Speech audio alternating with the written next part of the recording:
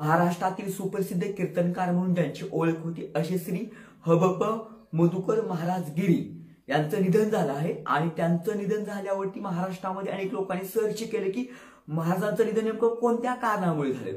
आणि सोशल मीडियावरती पण आपण बातम्या पाहिल्या, म्हणजे अनेक युट्यूब चॅनल्स पाहिले, अनेक मीडियावरती पाहिलं आपण की असं दाखवलं आहे की गिरी महाराजांचं निधन हे कीर्तन करताना झालं आहे। मुळात हे चुकीचं आहे। हबप मधुकर महाराज गिरी यांचा मृत्यू हा कीर्तन करताना झालेला नाही। मग महाराजांचा मृत्यू नेमका कसा झाला, त्यांच्या घरामध्ये नेमकं काय घडलं होतं, महाराजांना असा कोणता आजार होता, महाराजांचं निधन कुठं झालं, ते मुळात कोणत्या जिल्ह्यातले होते, कोणत्या गावचे होते, या सगळ्या गोष्टींची माहिती तुम्हाला या व्हिडिओमध्ये मी सांगणार आहे। मुळात मी ज्या जिल्ह्यातून आहे त्याच सोलापूर जिल्ह्याचे मधुकर महाराज गिरी आहेत। त्यामुळे नुकताच सकाळी मी महाराजांच्या गावकऱ्यांशी संवाद साधला फोनवरून आणि माहिती घेतली आणि माहिती घेऊनच हा व्हिडिओ मी बनवतोय। त्यामुळे भावांनो, हा व्हिडिओ हा वास्तव आहे, याच्यामध्ये कुठल्याही प्रकारची माहिती हे काल्पनिक नाहीये।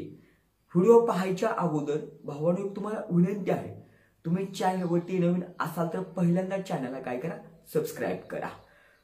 हबप मधुकर महाराज गिरी हे सोलापूर जिल्ह्यातील उत्तर सोलापूर तालुक्यातील नान्नज या गावचे आहेत। म्हणजे बार्शी सोलापूर हायवेवरती नान्नज हे गाव आहे, हे त्यांचं मूळ गाव आहे। आणि महाराज हे त्याच ठिकाणी काय होते, राहायला होते। 1976 साली मधुकर महाराज गिरी हे त्यांच्या नान्नज या मूळ गावी असलेल्या ग्रामपंचायतमध्ये लिपिक पदावर कार्यरत झाले होते।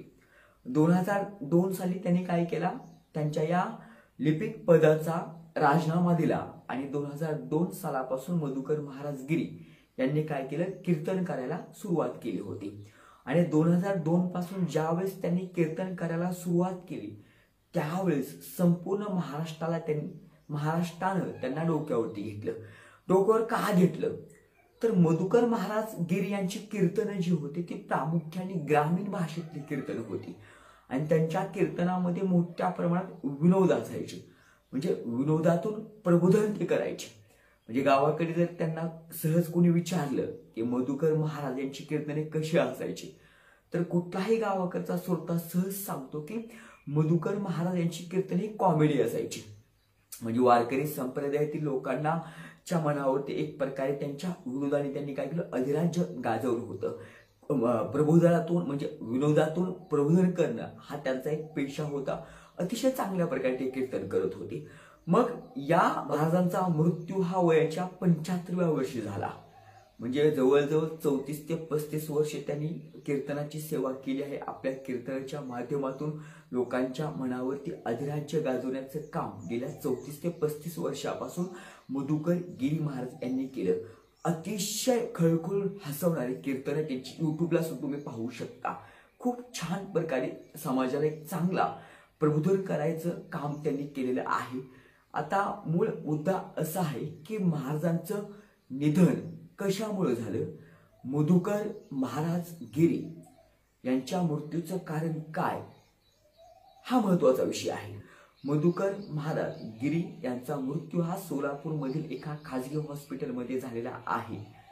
गेल्या कित्येक दिवसापासून मधुकर महाराज गिरी हे मधुमेह या आजाराने त्रस्त होते आणि मागच्या काही दिवसामध्ये त्यांना या आजारामुळे त्यांना जास्त त्रास होऊ लागला। त्यावेळेस त्यांच्या मुलाने त्यांना सोलापूरच्या एका खाजगी हॉस्पिटलमध्ये त्या ठिकाणी ऍडमिट केलं आणि सोलापूरच्या खाजगी हॉस्पिटलमध्ये शुक्रवारी सकाळी मधुकर महाराज गिरी यांची प्राणज्योत मालवली। मधुकर महाराज गिरी यांना 2 मुली आणि 1 मुलगा आहे, सोबत त्यांना सून आहे, त्यांना नातवंडी आहेत आणि त्यांचा काही इतर परिवार आहे त्यांच्या पश्चात। तर भावांनो, अशा प्रकारे गिरी महाराज यांचा मृत्यू हा कीर्तन करताना झालेला नसून गिरी महाराजांचा मृत्यू हा हॉस्पिटलमध्ये झालेला आहे आणि सोलापूरच्या खाजगी हॉस्पिटलमध्ये झालेला आहे। गिरी महाराज हे सोलापूर जिल्ह्यातील उत्तर सोलापूर तालुक्यातील नान्नज या गावचे आहेत। हे गाव म्हणजे याच्या अगोदर पण आपण पाहिलं असेल तर माळढोक अभयारण्य जे महाराष्ट्रातील प्रसिद्ध असं माळढोक अभयारण्य आहे, ते माळढोक अभयारण्य याच नान्नज या गावी आहे आणि याच गावचे गिरी महाराज आहेत. गेल्या कित्येक वर्षापासून त्यांनी महाराष्ट्रातील अनेक गावखेड्यामध्ये कीर्तने केलेली आहेत आणि ग्रामीण भागातील एक यशस्वी कीर्तनकार म्हणून त्यांची ओळख आहे. 2017 आणि 2018 या वर्षी ज्यावेळेस ते झी टॉकीजवरील मंदिरा या कार्यक्रमामध्ये त्यांचा सहभाग झाला आणि या झी टॉकीजवर ज्यावेळेस त्यांची कीर्तने होऊ लागली त्यावेळेस त्यांची खरी महाराष्ट्राला ओळख झाली आणि महाराष्ट्रामध्ये एक विनोदाचारी कीर्तनकार म्हणून त्यांची ओळख झाली. त्याच्यानंतर अनेक यूट्यूब चॅनल्सवरती त्यांची कीर्तने मोठ्या प्रमाणात गाजलेली आहेत, ही आपल्याला माहिती आहे.